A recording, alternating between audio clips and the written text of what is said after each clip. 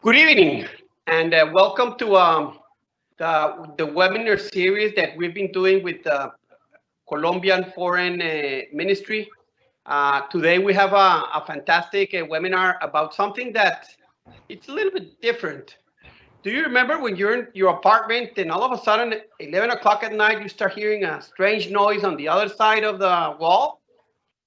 Do you remember when all of a sudden you get a great smell in your apartment and it's the apartment upstairs cooking? Those unexpected neighbors? That's not what we're going to talk. We're going to talk about a different unexpected neighbor.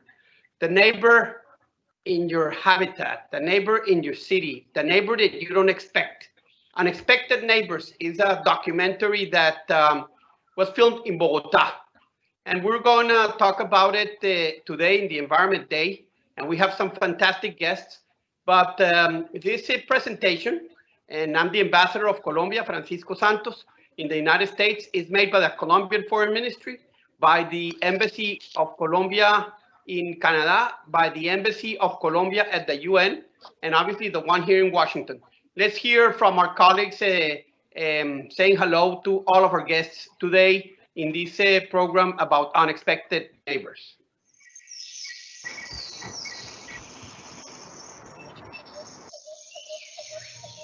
Dear friends, I would like to welcome you to this panel to discuss the documentary Vecinos Inesperados. The permanent mission of Colombia to UN, along with the embassies of Colombia to Canada and the United States, and the permanent mission of Colombia to the OES, wanted to show the incredible biodiversity that exists in my country. We are the second most biodiverse country in the world. There are more birds, amphibians, butterflies, and plant species here than anywhere else. As host of the celebration of the World Environment Day, last June 5th, President Duque reaffirmed our commitment to protect nature and reiterate that global trend of biodiversity loss is threatening our survival as a species and the future of our planet. I want to thank you for your presence today, and I hope that you enjoy this presentation.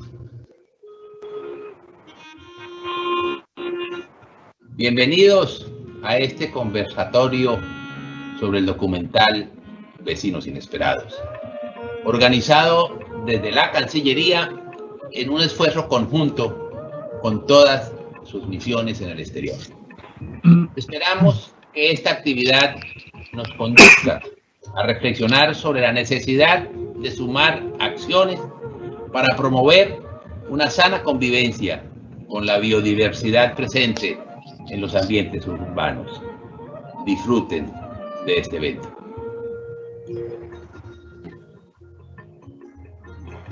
On behalf of this embassy, I would like to welcome you to the presentation of the documentary Unexpected Neighbors and to its subsequent discussion. Pour la Colombie, la préservation de l'environnement, la protection des espèces et l'équilibre holistique entre la nature et l'être humain sont très importants. C'est pour ça que nous espérons que vous apprécierez cet événement qui fait partie des célébrations de la Journée internationale de l'environnement. Merci beaucoup. Enjoy. Thank you. Thank you to my colleagues. Today we are celebrating the Day of the Environment, and that's why Unexpected Neighbors, a documentary about everything we encounter that we sometimes don't see in the human environment and how lively the human environment is regarding the animals that surround us and that sometimes we don't even perceive, is part of the discussion we're going to have today. Let's see first some shorts of this documentary that I know you will enjoy.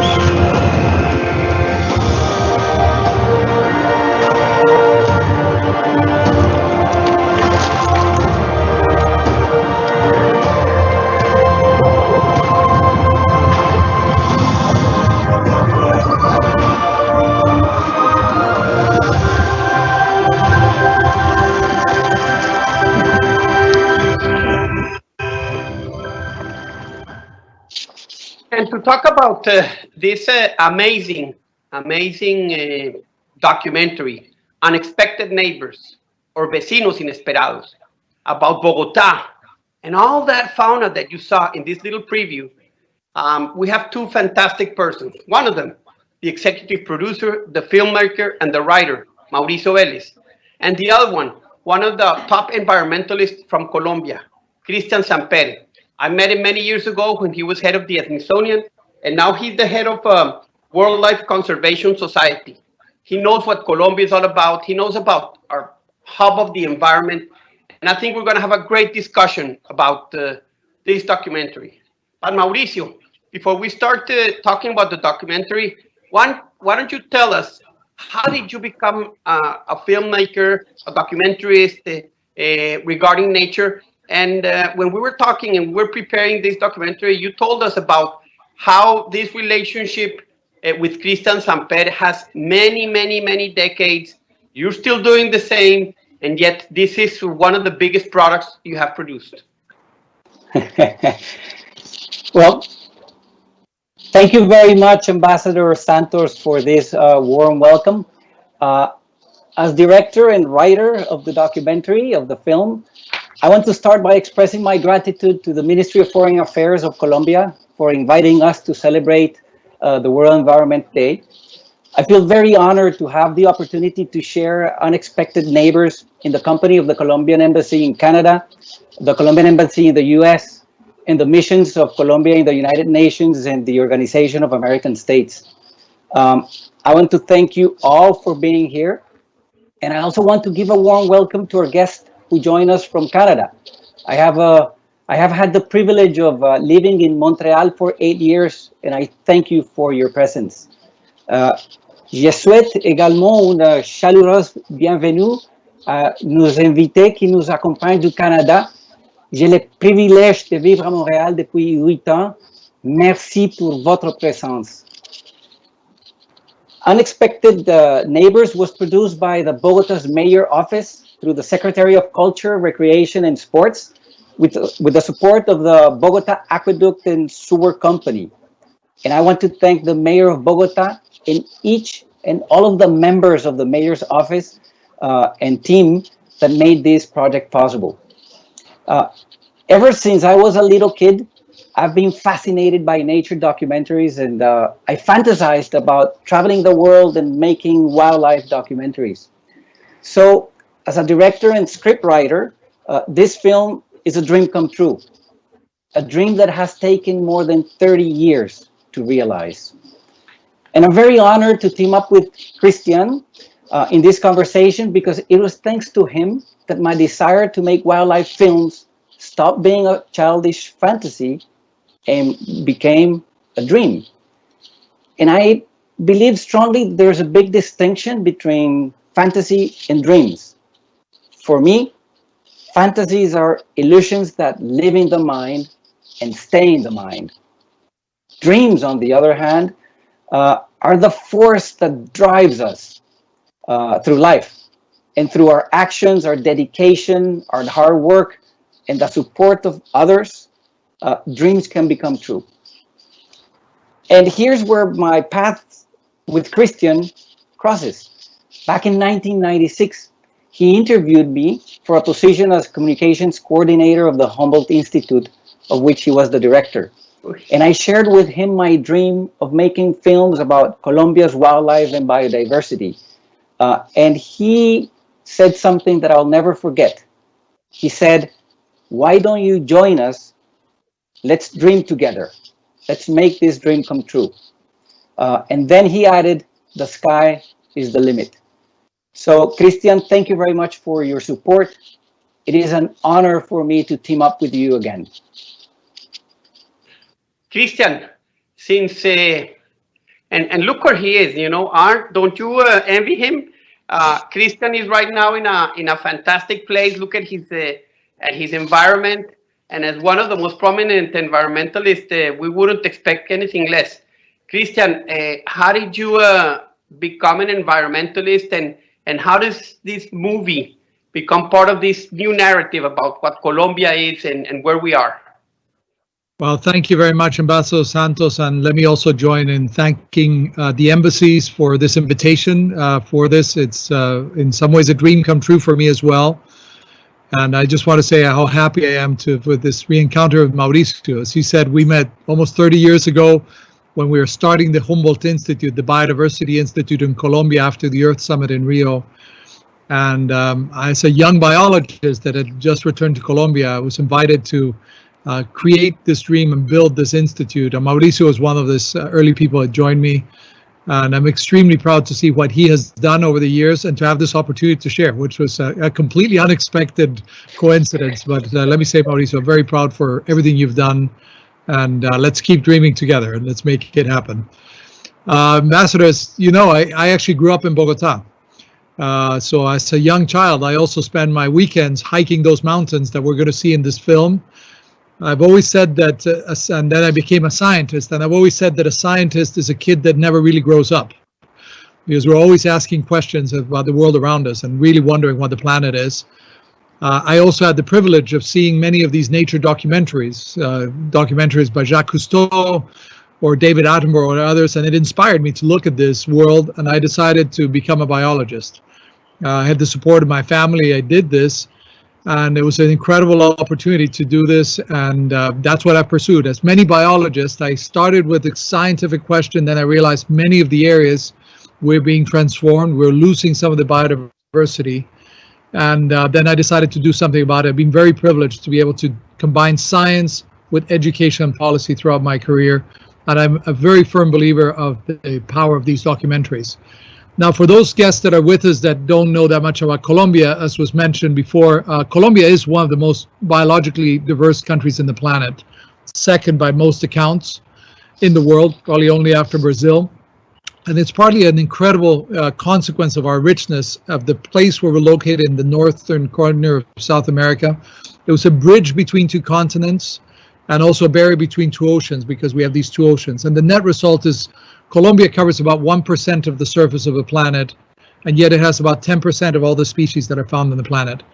And Bogota is this amazing city living way up in the mountains, 8,500 feet, 2,600 meters above. And this area of the Andes is incredibly rich in species, and many species that are only found here. And the remarkable thing is the species that you see in this documentary in the mountains have learned to coexist with the people. And it's an incredible story, and I think what Mauricio has done is a remarkable job of showing us how wildlife coexists with cities. And of course, what we can come back to discussing later is I'm a very firm believer that cities are a powerful engine for conservation in the future. So I look forward to this dialogue and this conversation. Mauricio, how did unexpected neighbors came to be? Something is wonderful, and by the way, to all of you, you can see this video on YouTube. You just put unexpected neighbors, and you will see it, or vecinos inesperados, and you will see it. How did it become? What was the process of doing this documentary? How did it happen? Well, it's a very interesting way, because the mayor's office in Bogota carried out a survey back in the early 2018 about the people's perception of wildlife in the city. And through the survey, they learned that 80% of Bogotanos and Bogotanas believed that wildlife in the city was scarce, and only 10% considered that it was non-existent. And when asked to mention one wild animal in Bogota, almost 60% of people were unable to mention one species. So the results motivated the administration, the mayor, through the Secretary of Culture, Recreation, and Sports and their team, to design a strategy of citizen culture to raise awareness about the capital's natural environments, about the existence of wildlife in Bogota, in an effort to motivate people to care, to cherish, and to appreciate the city's biodiversity and its natural richness. So it is It is basically a communication strategy to raise awareness about the city's wildlife. Cristian, Bogota is a city that is 2,600 meters high, which is a lot more than most of the cities. It's way, way, way, way, way up there. How does that change the ecosystems around it? How particular is Bogota in such an amazing place? You know, it used to be thousands of years ago, and not too many. It used to be a lake. It's now a wonderful savanna. It has mountain peaks and the paramos right around it. How does that create this special type of environment that is portrayed in the movie, in the documentary? Well, thank you, Ambassador. It's been a story that's been unfolding for millions of years with the rise of the Andes. As you know, the plate tectonics coming together here started to rise in the eastern Andes of Colombia, which is where Bogota is located. Has been an area that's on the eastern side. You've got the Llanos Orientales and the Amazonian region. Then you've got the Magdalena River on the other side. So it's at a perfect convergence of these areas. Because Colombia is right on the equator, what you find is, even though the city, as you said, is very high up in the mountains, 8,500 feet, 2,600 meters, what we find is that many of the species here, they're tropical species at high elevation. And there's some very unique ecosystems that are only found in this part of Colombia and some of the neighboring countries. One of those that you're going to see in the film is what we call the Andean Paramo, which are these areas at high elevation above the forest timberline that are these alpine grasslands, these mountain grasslands, where you have these extraordinary plants like frailejones, the espeletias and others. And these areas are incredible because most of the species we find there are found nowhere else on the planet. And they're also incredible factories for water. And the water of this city of 8 million people comes straight from those mountains. The other issue, as you mentioned, is the savanna used to be an old lake. And you'll see some images of the rivers running through. And the wetlands that were found in this area were incredibly important. And again, because these were isolated areas after the periods of glaciation. Now, you have many species that evolved in these isolated mountain peaks and are found nowhere else on the planet. So I think it's an incredible richness, an incredible blessing, and also an incredible responsibility for the people of Bogota and Colombians to look after this biodiversity. And I do believe that creating awareness about what we have and what we share is the first step toward being able to build sustainable cities and a better future for all of us. Mauricio, one of the reasons why they did this documentary is because a lot of the kids were asked, do you see any fauna around in the city? And most of them said no. But it's so that means that it's really hard to find those animals. And to find all that biodiversity that is hidden all over the city and that you have to really look after it.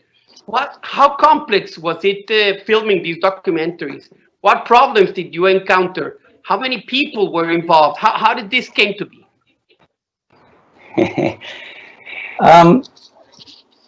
The effort behind Unexpected Neighbors was monumental.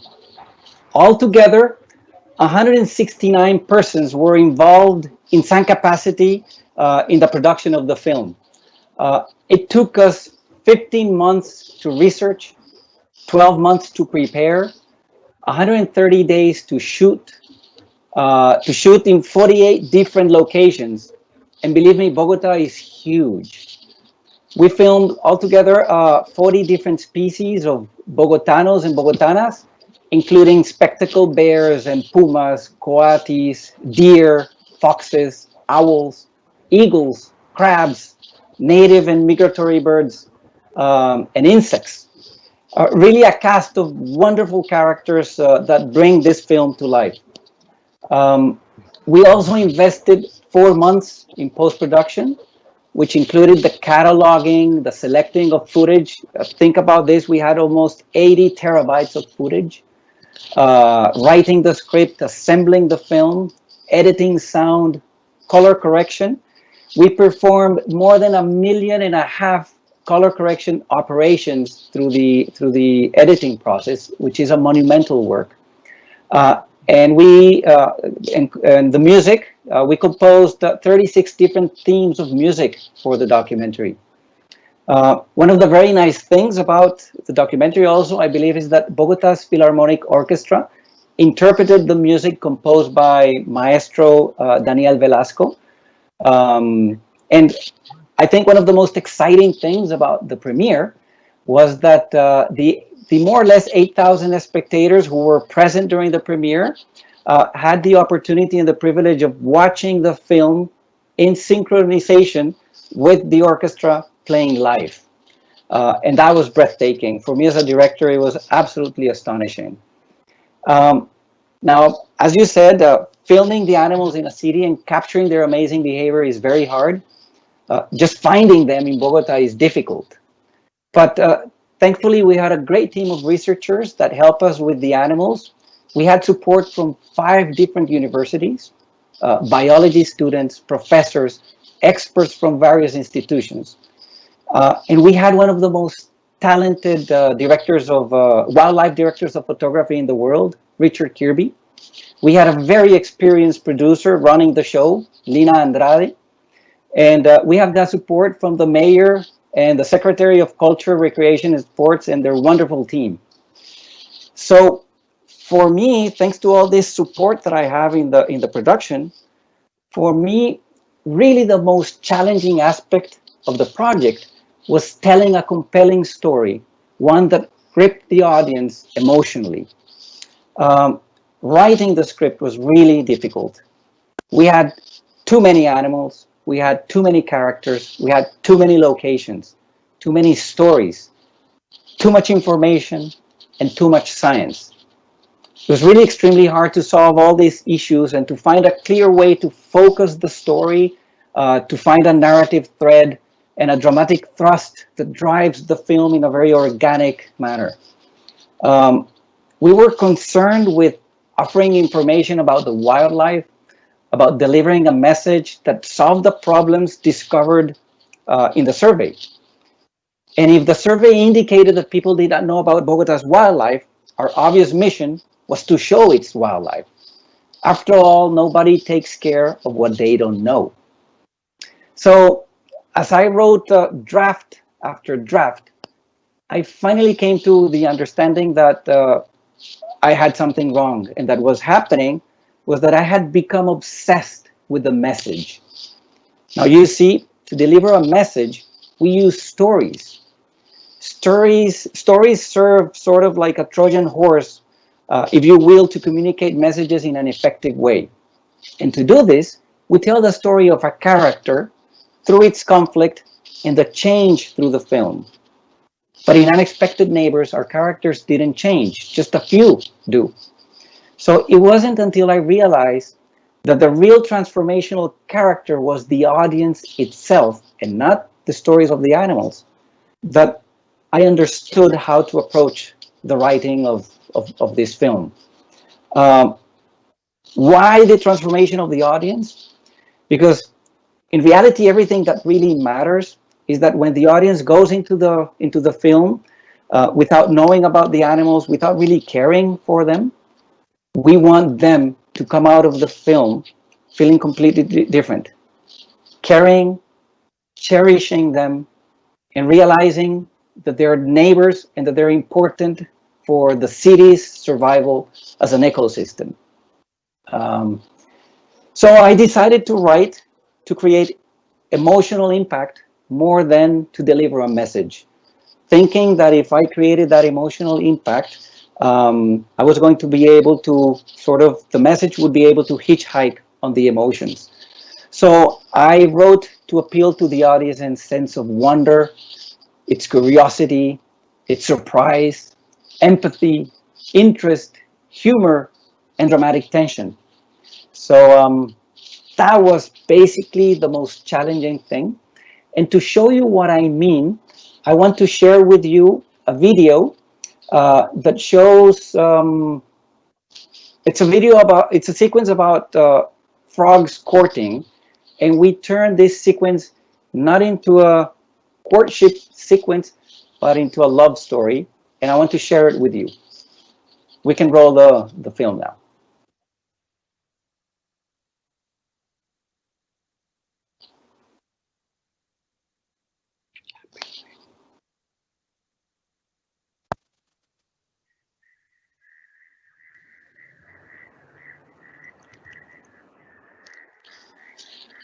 Now, this was quite challenging sequence to produce. Desde muy temprano se escucha su croar para atraer pareja. Because it's shot at night, very dark conditions. We have fantastic macro photography, and we also use some underwater production techniques.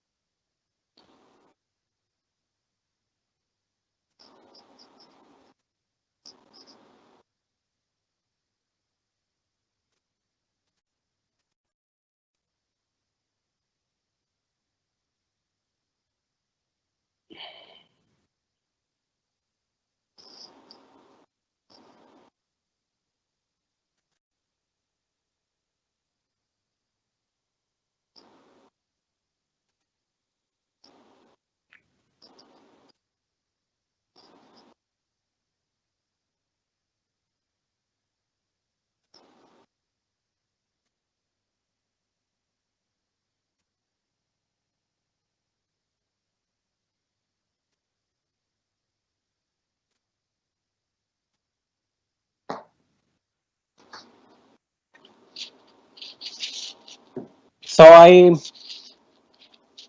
as I was saying, this was a very difficult sequence to produce. I'm sorry, I think we didn't have audio in it, at least I couldn't hear it. But basically we combined, as I said, night shooting techniques with underwater photography and macro photography, which it's sort of a nightmare for a director of photography. And I think Richard accomplished a fantastic result. In the cinema, these images are simply beautiful and breathtaking.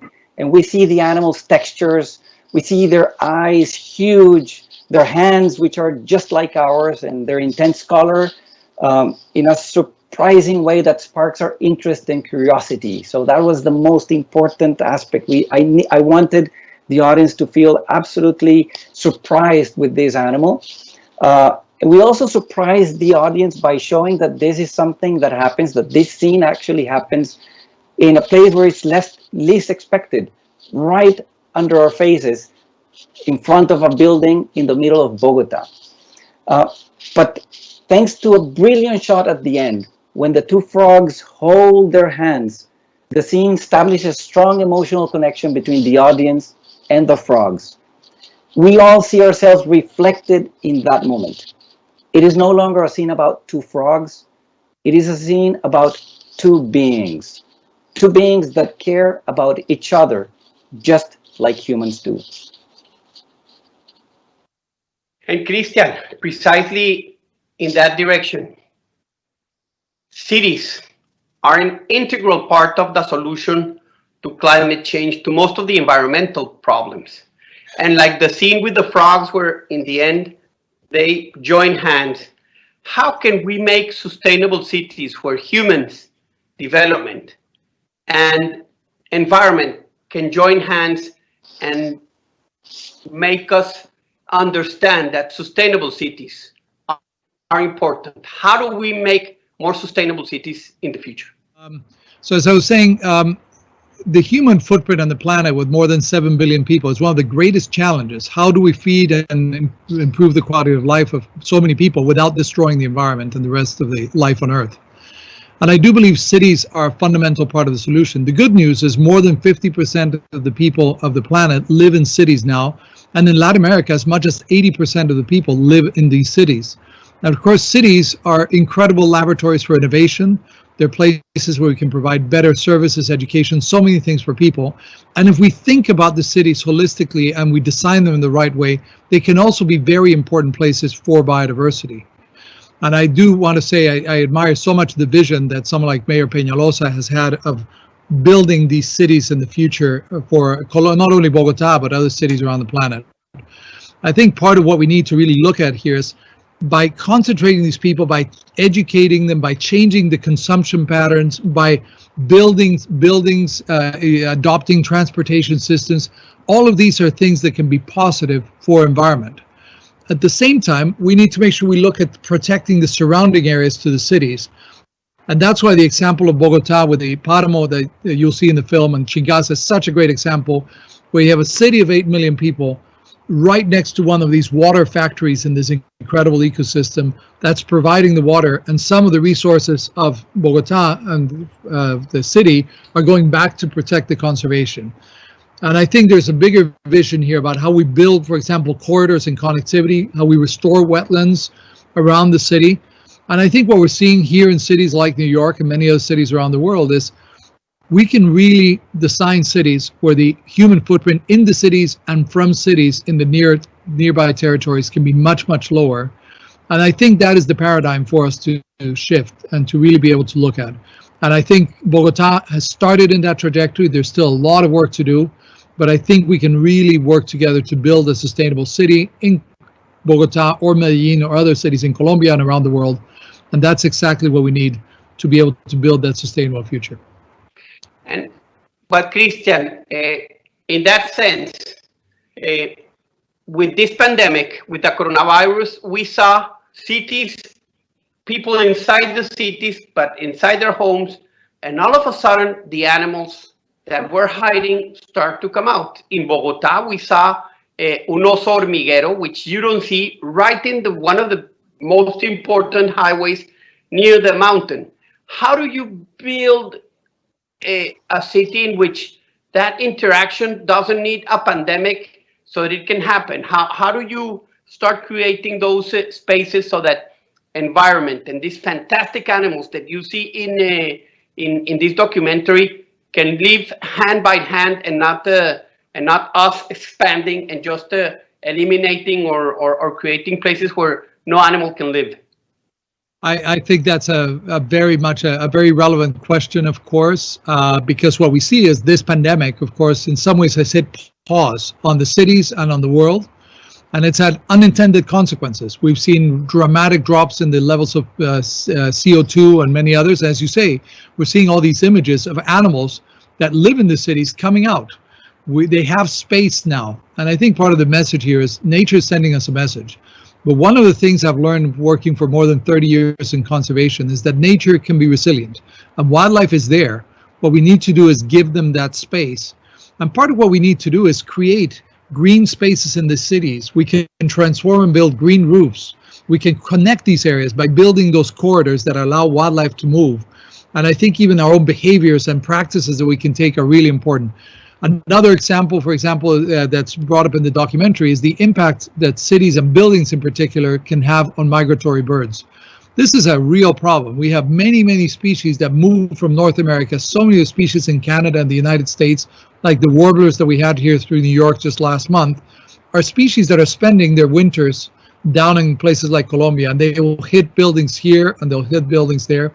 The good news is there are many steps we can take by using different kinds of glass, by designing the buildings differently. There are things that we can do in the way we design cities that will make them more friendly to wildlife, and we just have to give wildlife some space.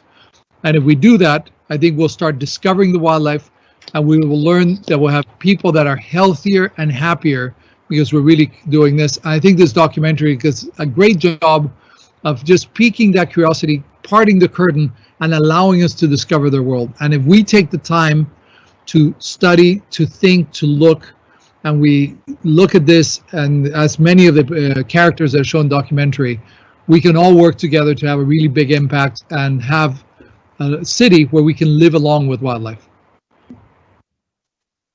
Mauricio, there's a fantastic scene that believe me, my heart was pounding because I saw myself as a young kid playing soccer in a field, and all of a sudden shooting the ball, and it destroys a nest with eggs of an alcaravan, of a bird. And it's terrific to be, and I was like, oh my God, are they going to shoot it? And you see them going right next to the birding, to the nesting place, and it's a fantastic scene and a fantastic place that shows two things. One, the alcaravan is now higher in altitude, and two, they can live in places that we play all the time, etc. How did that scene get to be done, and what does that scene tell us as inhabitants of a city that need to respect those spaces too? Well, I invite you to see the scene, and I'll go through the answers as we see it. But let's just watch the scene, and when it's done, we can talk about it. Sin embargo, para algunos padres primerizos, las cosas no siempre salen como se planean. Un campo bien protegido parece el lugar ideal para anidar. Salvo por un pequeño detalle. Este no es un campo común y corriente.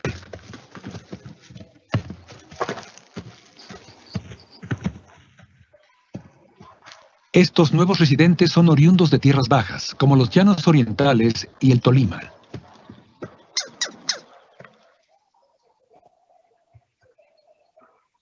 Los alcaravanes no construyen nidos para resguardar sus huevos.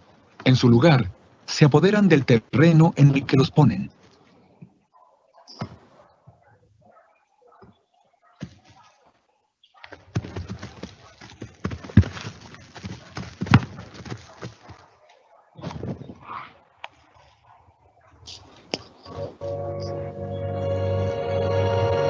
Y cuando su dominio es penetrado, recurren a toda suerte de tácticas para disuadir a los invasores.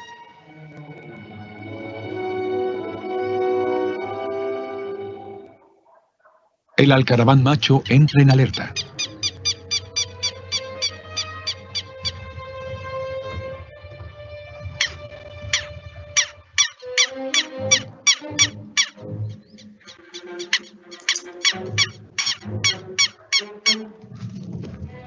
Al ver que la amenaza no se detiene,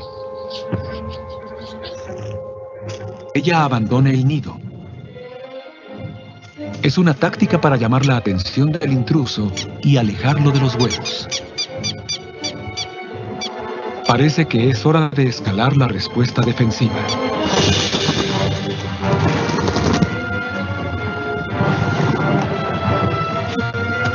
Y atacan con dos espuelas que tienen en las alas.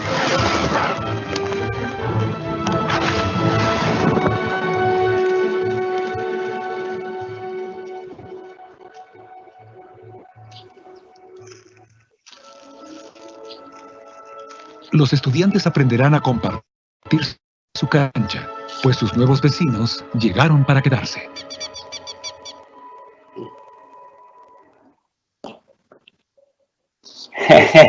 Well, I'm so happy you brought up this scene, Mr. Ambassador, and I'm glad you liked it because it was very inspirational.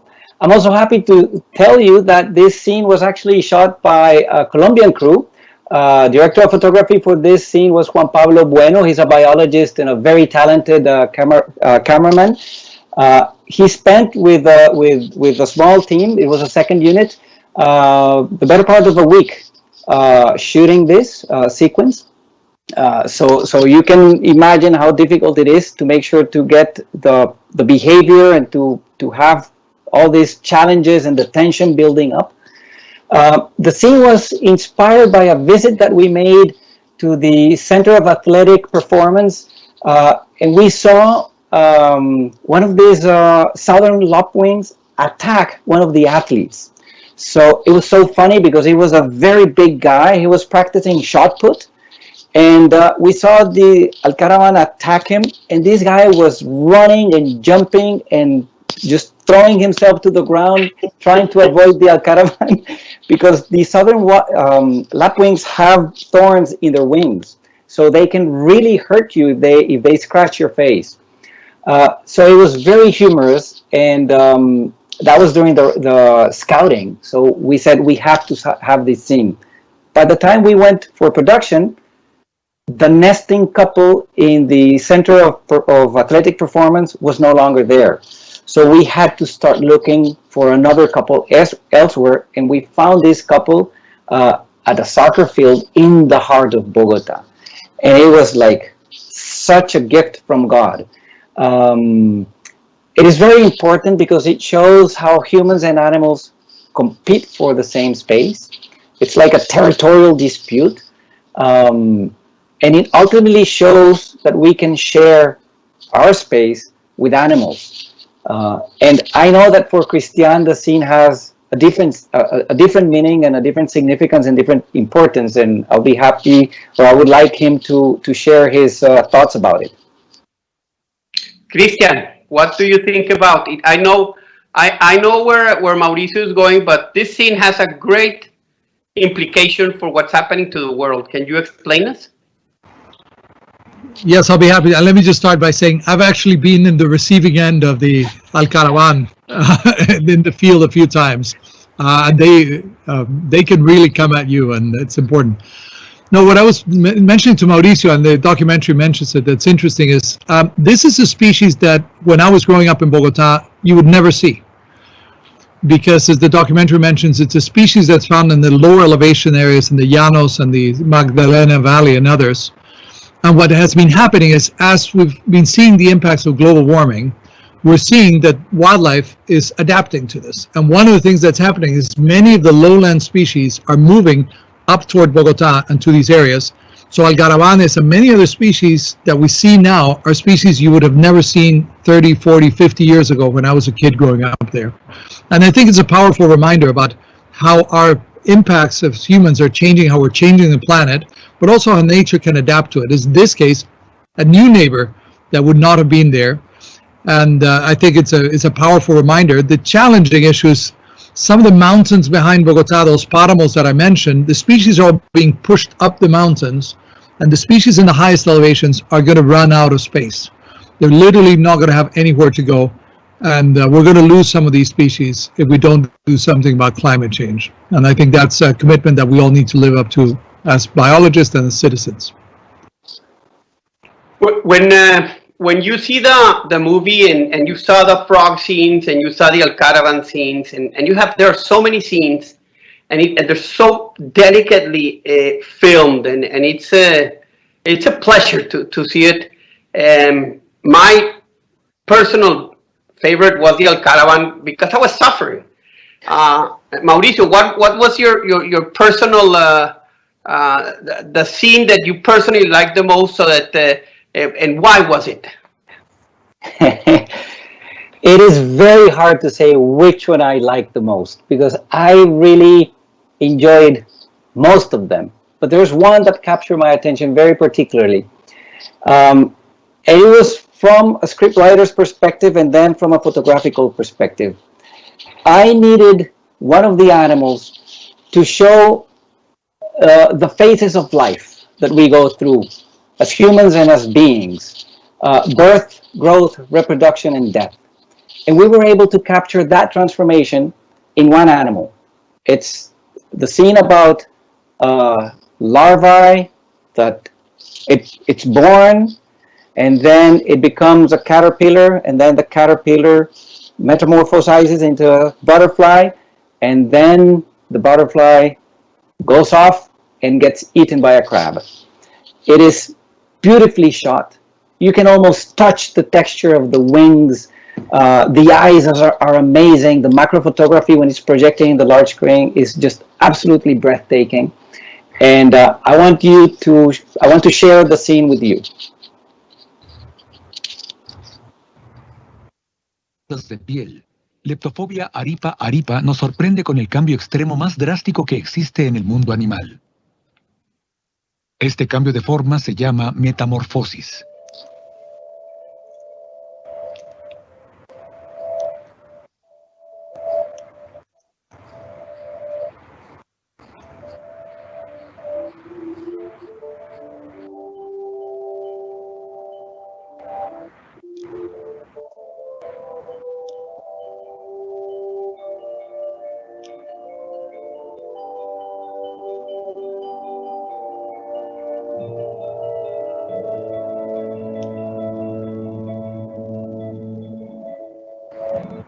Las mariposas no pueden regular su temperatura.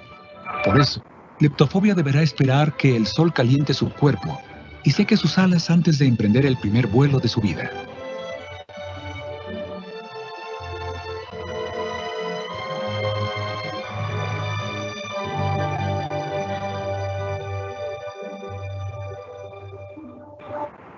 Existen unas 3.300 especies de mariposas en Colombia.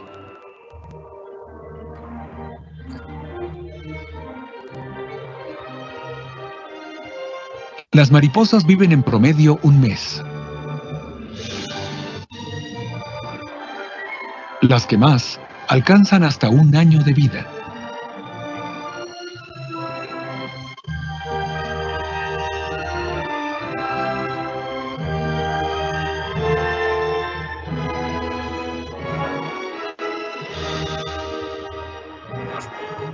Otras, como esta, conocida como mariposa de la col, viven entre 1 y 2 semanas.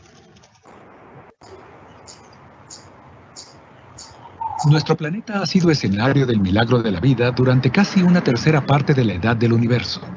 Un milagro que se da en cada rincón de la Tierra, hasta el lugar más inesperado de todos, nuestra casa.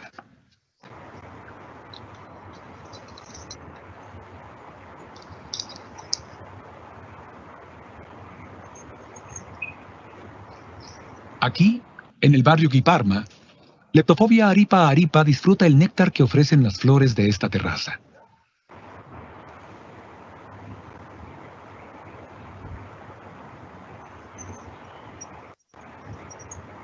Tiene pocos días para reproducirse y pasar la luz de la vida a una nueva generación de mariposas.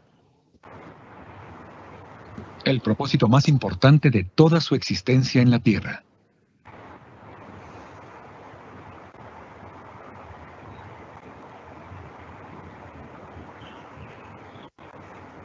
O tal vez no.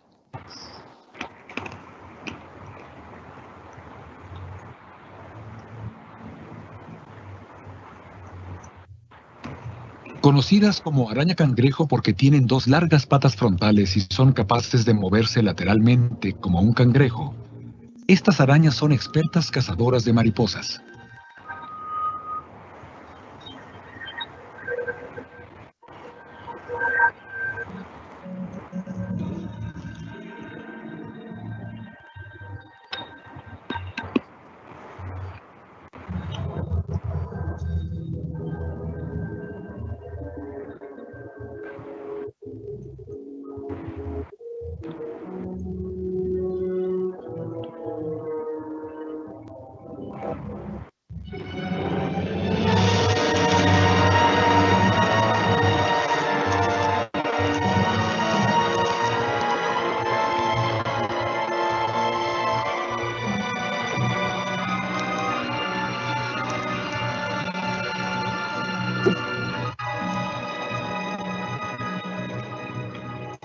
Afortunadamente, los padres de Leptofobia aripa aripa tuvieron en cuenta la posibilidad de que algunos de sus hijos muriesen y depositaron decenas de huevos.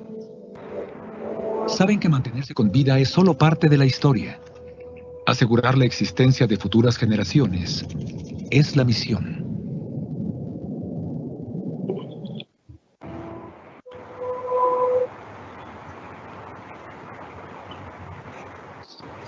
So this scene really captures the essence of what the film is about. We see the drama of life unfolding in a terrace in a neighborhood in downtown Bogota.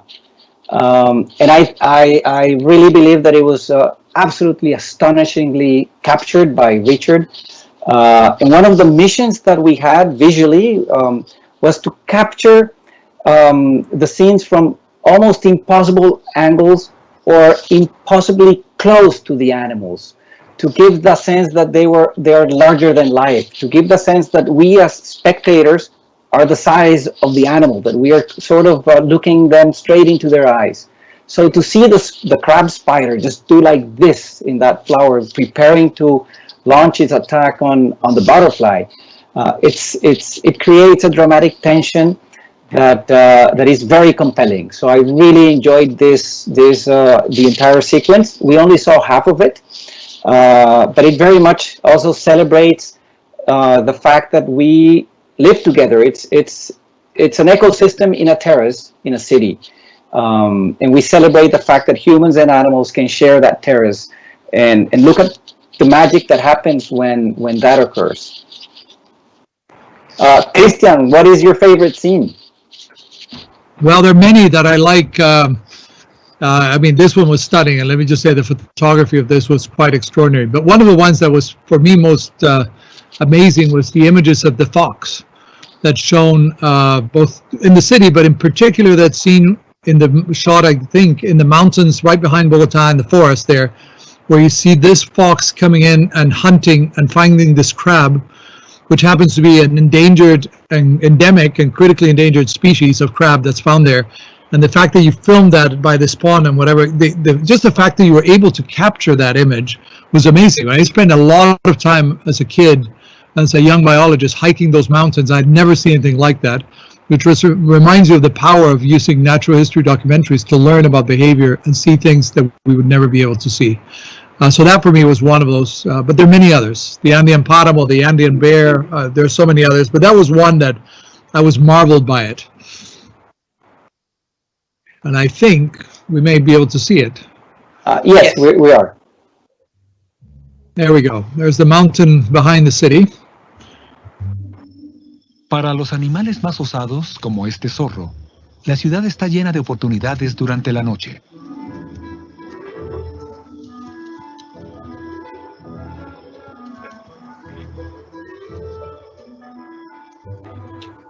Es solo cuestión de encontrarlas y perder el miedo a toparse con los vecinos humanos.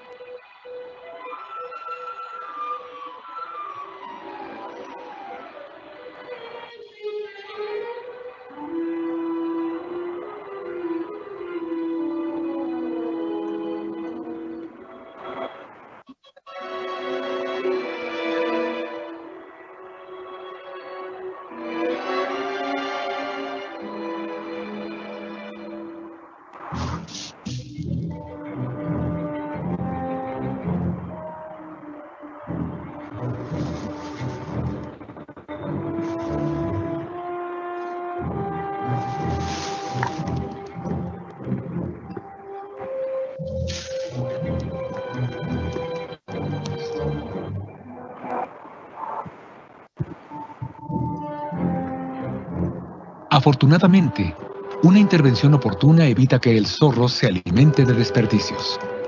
Él deberá buscar su sustento en el entorno al que pertenece.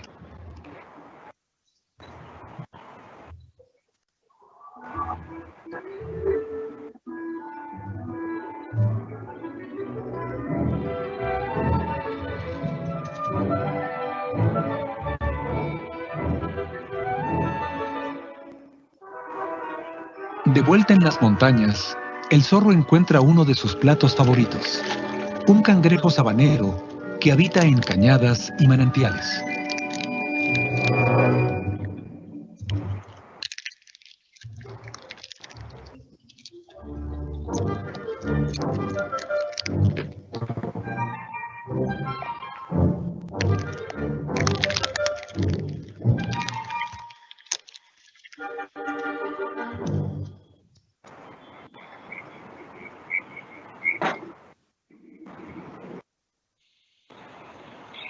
Well, that's my city, the city I love, Bogota. That's a documentary that you can see in YouTube. Let me thank former Mayor of Bogota, Enrique Peñalosa, a man with a profound environmental view of cities.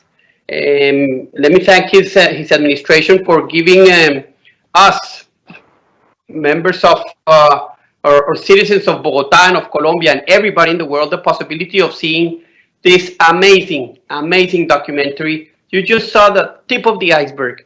So I hope you will enjoy it. Mauricio, thank you, but we have some questions that I'm going to ask. And Cristian, thank you. But there are some questions that I am going to ask to you. Cristian, what about the animals that are shown? This is an anonymous question. What are the animals that are shown in the film? What can you tell us about it? How common they are? Which ones are in danger, etc.? So there's a whole range of species. I mean, a number of the species there are fairly common within the city. There's a wonderful scene of the copeton, the rufous-colored sparrow, and how it's adapting to its behavior. All of us that have lived in the city know that bird very well, and it's done extremely well. There are some species that do better in these urban environments than in their nature. But there are also some endangered species there. We didn't see the clips here of the Andean paramo behind, but for example, there are some wonderful images of the Andean bear, which is the only species of bear found in South America. It's an incredible species that is vulnerable at this point in terms of how endangered it is. And it's also a place we have many other species and some of the birds as well. Some of the local birds that we've seen, like the tingua and some of the others, are also endangered. So I'd say there's a handful of the species that we see here that are endangered and for whom we have to watch out for and help them. There's a lot of other species that are actually thriving in the city. But I think if we take the steps that we discussed before, we can make Bogota and other cities like Bogota more hospitable for wildlife and make sure that we can coexist between people and wildlife. Mauricio, there's something that's really interesting. Sam Hancock from the Emerald Planet TV sends you this message. Thank you, Mr. Ambassador, and to your outstanding nature experts colleague. How can the Emerald Planet TV collaborate with you and your nature experts in featuring this topic and images of unexpected neighbors on one of our summer weekly TV programs? I think this needs to reach our worldwide viewers. Can we? How can you help us? Can we use this for those programs? Mr. Sam Hancock, executive producer, creator, and host of the Emerald Planet. Can they use this material? How can they use it? Well, thank you very much, Mr. Hancock, for your comments. I think your question is very relevant. Our desire is for this film to be shown across the world. It is the mayor's office of Bogota, the owner of the rights of the documentary. So we can, if you send us your information, we can put you in contact with them so that you establish a direct conversation, and I'm sure that they'll be able to help you out with this request. And we will help with that too. So when if you send us the information, we will work so that the mayor's office can allow you to use that that documentary. Cristian, this is a very interesting question. What can we learn about the pandemic? Aren't we the unexpected neighbors? Aren't we invading their environment? Well, I think one thing thank you, Ambassador. I think one thing we've learned from the pandemic is we're a very good host. And what we have here is a virus that has learned how to exploit humans as a population of 7 billion people on the planet. Now, as we all know, this pandemic has a zoonotic origin. It's actually a virus that is found in nature. Based on the genetic studies that have come out in the last few weeks and months, we know that this is its origin in bats, like many other viruses that we get. And from bats, they're transmitted to other wildlife. And the biggest challenge that we have, of course, is the human consumption of wildlife in some of these markets in Asia and other countries around the world. And that increased contact between people and nature can also have unintended consequences for us. And in this case, we have become the host of this pandemic. Because of our transportation globalization, it's been able to spread around the world. It just reminds us that as powerful as we are, we're still subject to the forces of nature. And I think we need to learn some lessons about this and to figure out how we can coexist anywhere around the world. Another question, and this one for Mauricio. I couldn't help but notice the color of the moon. Is that an effect that you just did, or was that the color that it had in one of the scenes that they showed? Actually, thank you for asking about that. We were so lucky that during our filming days, we had a lunar eclipse. But we were not only lucky because we had a lunar eclipse, we were blessed with the fact that on that particular night, Bogota had a completely clear sky. So we were able to capture the entire event from beginning to end and to show these magnificent images of the bloody moon. And if I may add to the viewer who commented about if we are the unexpected neighbors, at the end, the film very much invites the viewers to consider the possibility that it is us who have invaded the territory where animals used to thrive and where they have been thriving for thousands of years. We are the unexpected neighbors for the animals. So it's a dual relationship. It's a relationship in which we have to learn how to share the territory in which we both inhabit. And let me also thank the present administration of Bogota. The mayor Claudia Lopez allowed us to use this for promotion of Bogota and the environment. But Cristian, Mia is asking, cangrejos in Bogota? Can I have more information about this species? It's actually something, as I mentioned before, it's a species that's found in this area. It's critically endangered. Yeah, I'd never seen them when I was a kid growing up there. And I myself need to do some more research on some of these and talk to my friends at the National University and others. So I think we all need to learn about it together. But that, again, is one of the wonders of these documentaries that allow us to show us new facets of the world right around us. And sometimes they're standing right in front of us. And let me mention one more thing. I think the great thing about these natural history documentaries is it really brings science and communication together. And I know, Mauricio, many of these images you got by working with biologists. People have been looking at these things by using technologies like camera traps to really find these places. And by using them, we can discover all these new behaviors, things that we would not have been able to see 10, 20, 30 years ago for sure. And I think that's the great thing. We're entering a new era of discovery and learning about this. And the beauty is we can learn and share at the same time to create greater awareness about the people of Bogota and around the world about this biodiversity. Cristian, absolutely, I think hats off to our team of researchers and our producer who for many months dedicated themselves to finding not only the animals, but trying to discover what were the stories that could be told about them.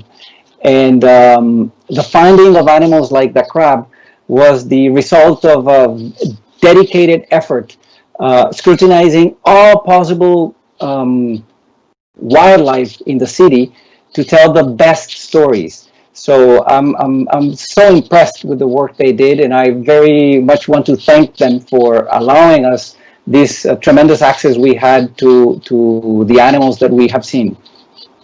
This is something that probably none of you can answer, but this is an idea for the mayor. Or can I get a T-shirt or a mug with some of those images? Can that be done?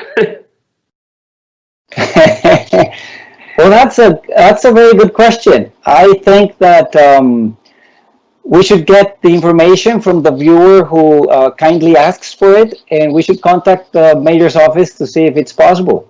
I don't see why not. We have beautiful images, beautiful photography, so maybe they can make it happen. But once again, it's the mayor's office that has to take care of that request. We will tell the mayor's office that they should use images to promote all of this, not only the documentary, but what we have around. Francisco Gutierrez asks, Cristian, as former chairperson of the World Heritage Committee, I'd like to know what protection actions are considered in coordination with IUCN and UNESCO, and also what practices from other countries can be illustrative to reinforce actions in Colombia? Thank you. Well, Colombia's made a tremendous amount of progress in terms of setting aside areas for conservation, protected areas. About 14% of the country set aside in 58 national parks. And one of those national parks is right there in the mountains behind Bogota, which is Chingaza National Park, and actually Sumapaz is another one. So 2 parks right in that area, which are very important areas. I don't think they're currently as designated as World Heritage Sites. I think they should be, because they're so unique, and I think we need to look at that.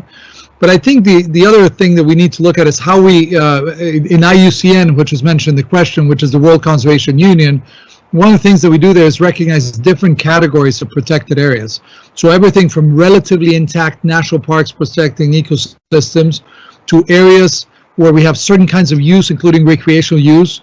There's been a very important plan and measures taken by a number of administrations in Bogota to protect the forest and the mountains behind the city, which are an incredible place for conservation, an important area, and also looking at urban areas that can be used for conservation. So we need a whole gamut of different categories of conservation, including World Heritage Sites. And the last question, Mauricio, are you planning to do other documentaries like this in other cities of Colombia? Which ones would you choose to do something like you have done, like the one you did in Bogota? Well, it would be a dream to be able to do a documentary in Cali, because I'm originally from Cali, and I grew up enjoying Cali's wildlife. It is incredible. Cali is located 1,000 meters above sea level, right next to the Western Cordillera. So we can see that interaction of the mountain and the city as well. And it is just a fascinating scenario where a humongous amount of animals and diversity of wildlife can be seen. So yeah, because I'm from Cali and I know the region, I would love to do it. But I think that Unexpected Neighbors should be an initiative that is taken in other cities like Cartagena, Barranquilla, Medellin. The major cities, I think, need to share this information and these emotions with their citizens because they need to promote and they need to raise awareness about the importance of coexistence between humans and animals. We are neighbors. We have to learn how to tolerate each other and live together. And that's not only relevant for Bogota, but for all the cities in Colombia, for the main cities, and hopefully for all the cities in the world. Okay, Mauricio, thank you. Thank you very much. What a great job you did. Cristian, thank you. Thank you very much. To all of you, please stay safe. Take care. This bug is not going away anytime soon. And thanks to the Foreign Ministry for its promotion of this type of projects and the promotion campaign. And thank you to my colleagues from the embassy at the OAS here in Washington, in New York at the UN, and in Canada, in Ottawa, again, in the government of Canada. Thank you very much. Have a good night, and I hope you enjoyed today's webinar.